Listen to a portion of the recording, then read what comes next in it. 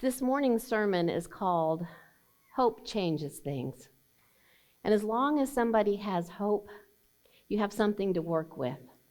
But when somebody says it's a hopeless situation and they give up that hope, it's a dire situation, and it's kind of like a 50-50. But as long as we have hope in our life, things can change.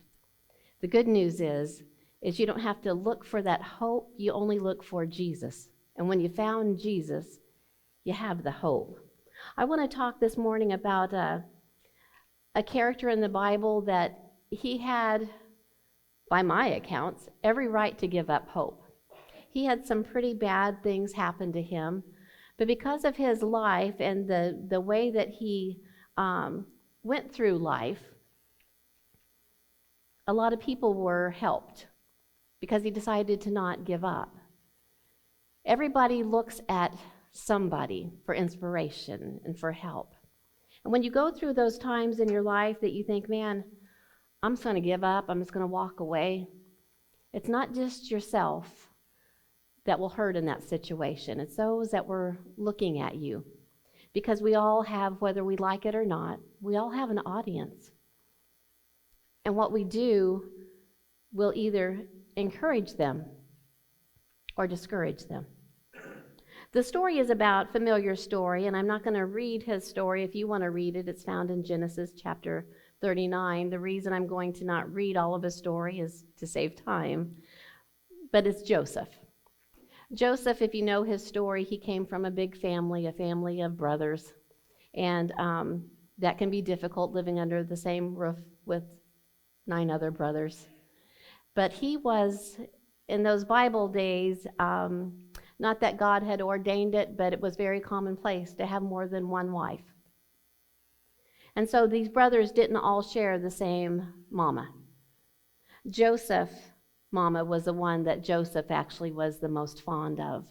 And because of that, it became a dysfunctional family in the aspect that he showed favoritism. And one of the ways that he showed favoritism is he had a really cool coat made just for Joseph. The others were probably drab and gray and whatever, but for Joseph, he made this special coat. And it's not like he could just go to the material store and say, I need a yard of that. I think that would really make his eyes pop. It would look good on him. You had to get your dyes, or if you didn't know how to do that, you had to pay a high price for different colored garments. And his was bright. And everybody knew when Joseph was coming because he wouldn't leave the house a lot of the times until he had that coat on. In other words, you've picked on me all the time, but look at the coat that Dad's got me. So he riled up his brothers quite a bit. And if that wasn't enough, then God gave him a gift, but he didn't know how to use that gift with wisdom yet. He had a gift of dreams. And he couldn't wait one morning to wake up and say, guess what I dreamed?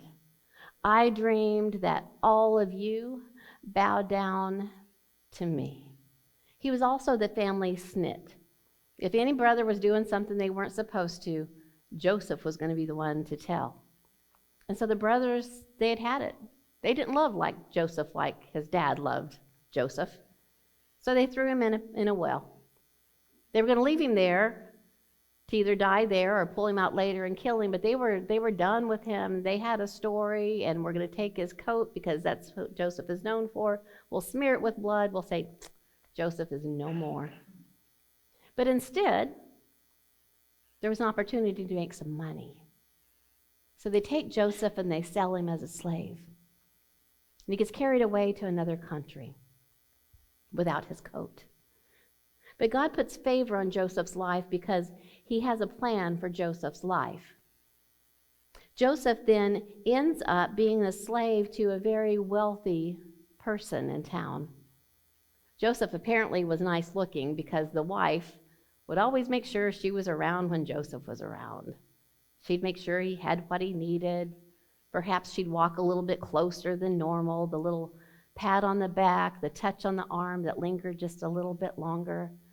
So much so that even if Joseph was naive in this area, he got to catch on, hey, I'm feeling a little uncomfortable. I think she's flirting with me. Well, she became so brave that she just outright came and said a few things. She propositioned him, and he turned her down. Well, she didn't like that. Did he not know who she was? Nobody turned her down. She's a woman of influence. And so it got so forceful that one time she tried to force herself upon him. And he said no, and he left. But as he's leaving, she grabs his coat. Oh, there we go with the coat again. This is 2 times that a coat has got Joseph in trouble. I think later on, if they said, Joseph, you want a coat? He'd be like, nah, I'll freeze. I'm good. I said that to say there was a similarity there, because what got Joseph into trouble one time got him into trouble again, and the enemy knows where our weak spot is. He knows if one thing worked one time, then let's do it again, because we are creatures of habit and we'll probably fall for the same thing again. But I just thought it was interesting that twice this coat, different coats, but they both got him in trouble.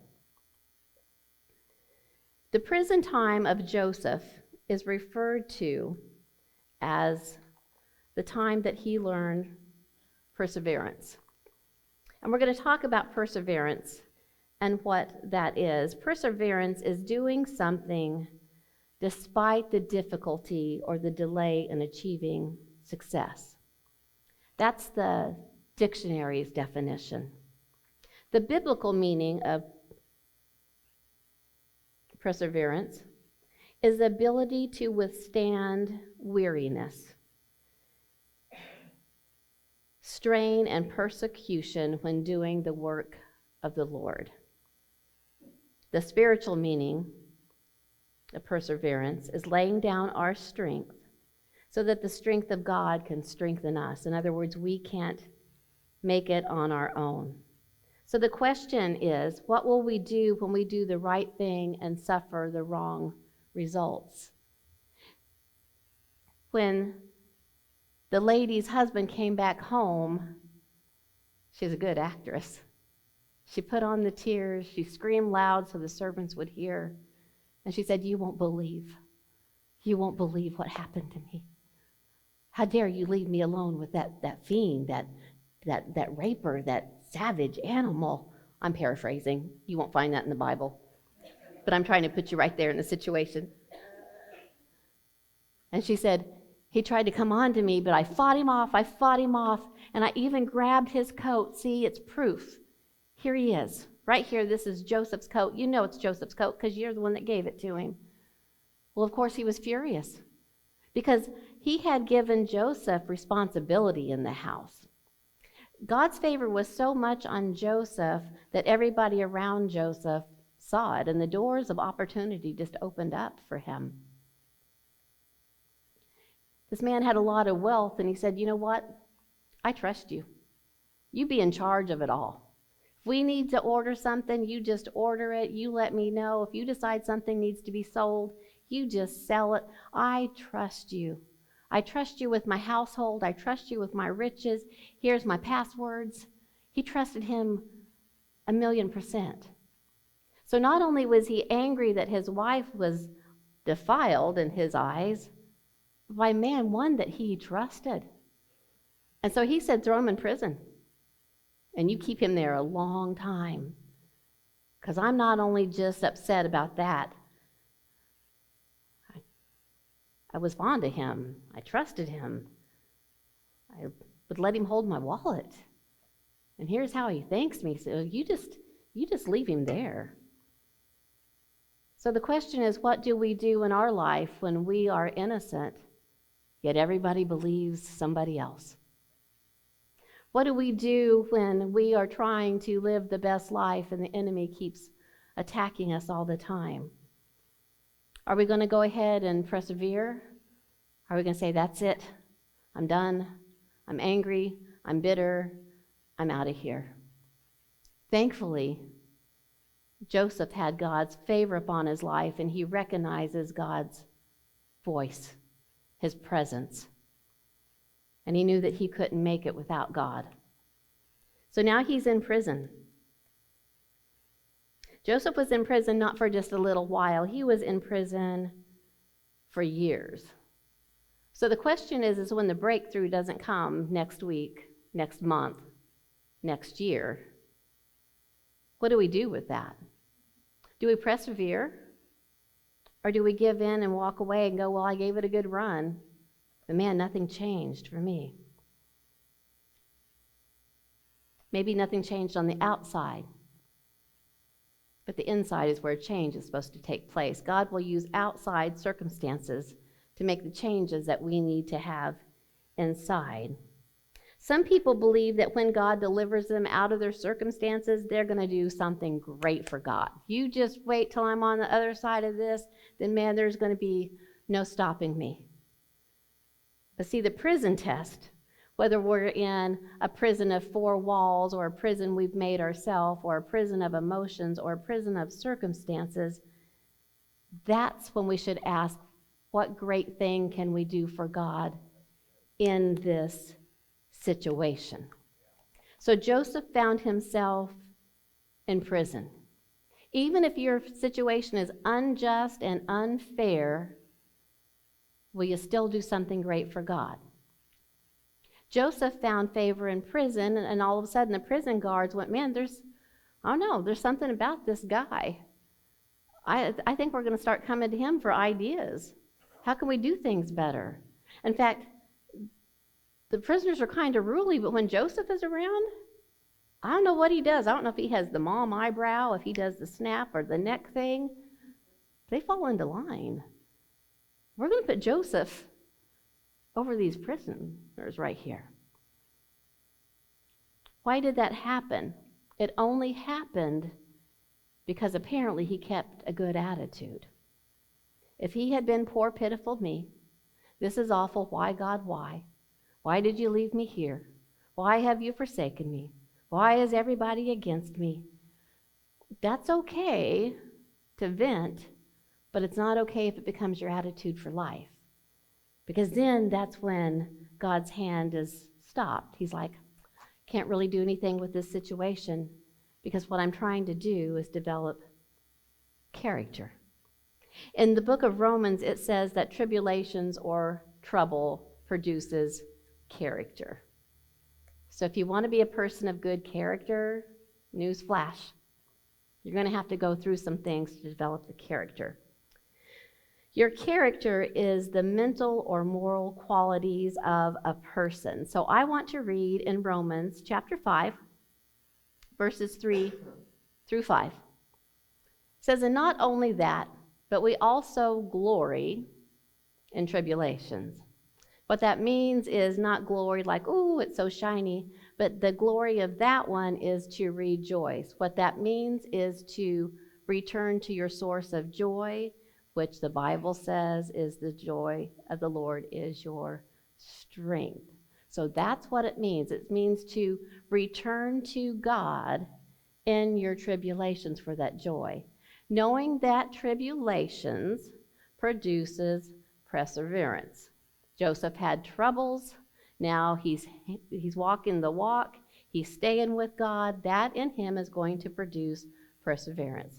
And perseverance produces character, and character will give you hope. Now, hope does not disappoint because the love of God has been poured out in our hearts by the Holy Spirit who was given to us. So if you're having troubles, trials, and tribulations right now, you're in a good spot. God's setting you up to develop that perseverance, that carry-through attitude, because in that, your character is going to be refined, polished, and he can then elevate you to a better and better version of ourselves. And that's what gives us hope. If we don't have character in our life, if we don't achieve a good characteristics of our personality, then we won't achieve what God has for us to do. And the only way to get character is to go through some stuff. So how do you go through that stuff then, having the hope? Because now, since you've heard that verse, if you didn't know that verse, you can say, God's setting me up for something great. Right in this situation, right now, in this prison that I'm in, He is developing something in me. Don't give up and quit. God has a plan. So you might say, well, why do I keep going through the same thing? Well, perhaps you haven't learned the lesson yet. Maybe you just went from one bad situation to another bad situation, looking for a good situation, and you find yourself in the same thing because maybe you've changed locations, maybe you've changed zip codes, maybe you've changed mental attitudes, but the change hasn't taken place in you yet. And God's really good at the do-overs and the retest. He'll let you keep taking it till you finally make the grade. So you might say, well, why does this same affliction keep coming? Or why the same relationship? Why the same struggle here? Instead of saying, why, God, ask God, how do you want me to change in this situation? Because apparently I'm here. And I don't have an out right now. I am stuck in this situation until something changes with me. What are you trying to teach me? What are you trying to show me here? See, Joseph's prison time was a perfect time for him to hone some characteristics that God needed in him. Because of the gifts that Joseph had, because of the talents that he had, if he wasn't careful, that arrogance would get him in trouble again and again and again. So he had to isolate Joseph away. God will do that with us. Sometimes He will isolate us away, not as a punishment per se, but to develop what needs to be developed in us so that we can do great things. If you don't know the end of the story, the great things that Joseph did is he saved an entire nation from starvation and his family. He became the second most important person in that entire nation. But he had to go through some tribulation. And he had to persevere. If he would have just given up, that sounds crazy, right? If he would have just given up, perhaps the entire nation would have starved. I don't know. Perhaps he would have had to hear that his whole family died in a famine if he had gotten bitter and given up. But thankfully, he persevered. And because of that, he had character. There's a difference between tribulation and trials. Trials are usually short. Tribulations, they're long. But to give you hope, if you want to see about the great characters of the Bible and how their stories ended up so great, Joseph was 13 years in tribulation. He was in prison a long time. David was 13 years between being told that he was going to be king and actually wearing the crown on his head. Abraham, it was 25 years until he got to the place that God had called him to be. And Moses, well, we know his story, 40. We will have tribulation, but Jesus tells us you're going to have tribulations, you're going to have trials, but don't worry because I've overcome them all. What that means is I know how to handle all the situations that you're ever going to be in. Apparently, Joseph never blamed God because we don't read he grew bitter, gave up, Egypt starved, the end. That wasn't the end of the story. He was developing his character in there. The character is, who are you when no one is watching? That will tell you where your character is. That will tell you maybe here's some areas I need to work on because I keep hiding this certain area of my life. The character origin in Greek is chisel. Chisel will chip away at a hard surface until it gets it into the form that it wants to be in. That sounds very uncomfortable, doesn't it? Or a chisel will strip away layers of paint or layers of stain on wood to get it down to the basic so that it can bring it back to its former glory. That's a painful process.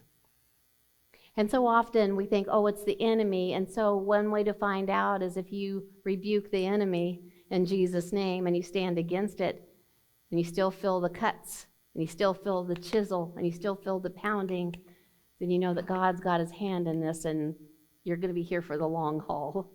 So you might as well just lean into it and say, God, what are you trying to make of me here? Let me help you so we can shorten this situation. I told God, I love to read, and I had told God, I said, you know, if you can ever direct me to a book just specifically on that subject, an entire book on that subject, I would much rather read it. Or if you want to give me a dream, that's good too. But he likes that hands-on experience. He likes you to walk it. But the good thing is if you lean into it and you say, what do you need to change in me? Because see, character is on the inside. It doesn't have anything to do with what's going on the outside. It has to do with who you are in here. Ask God, God, I'm no longer going to be the victim. Poor, pitiful me. Happened to me again. It's all against me. That's a hard habit to break, because once the devil instills that, especially when you're a child, that is part of who you are. Ask God to show you, what do I need to change inside of me? And when you do that, God's going to start to give you hope. And then you can get out of that tribulation a whole lot sooner. But since we're going to go through it anyway, we might as well get something out of it. We might as well develop our character and ask God, God, don't just bail me out of this situation, because I don't want to delay my developing of my character. So since I'm here, show me what to do with this. Show me what my responsibility is in this area here. So when you do that, then character produces hope, because you have something that you're working towards now. And your hope is found in God. And the good thing is hope can change things, but God never changes. You can always count on him, and that's where your breakthrough comes. If you're needing a breakthrough in your life, if you're needing to be released, then your hope is in God. Joseph was disappointed.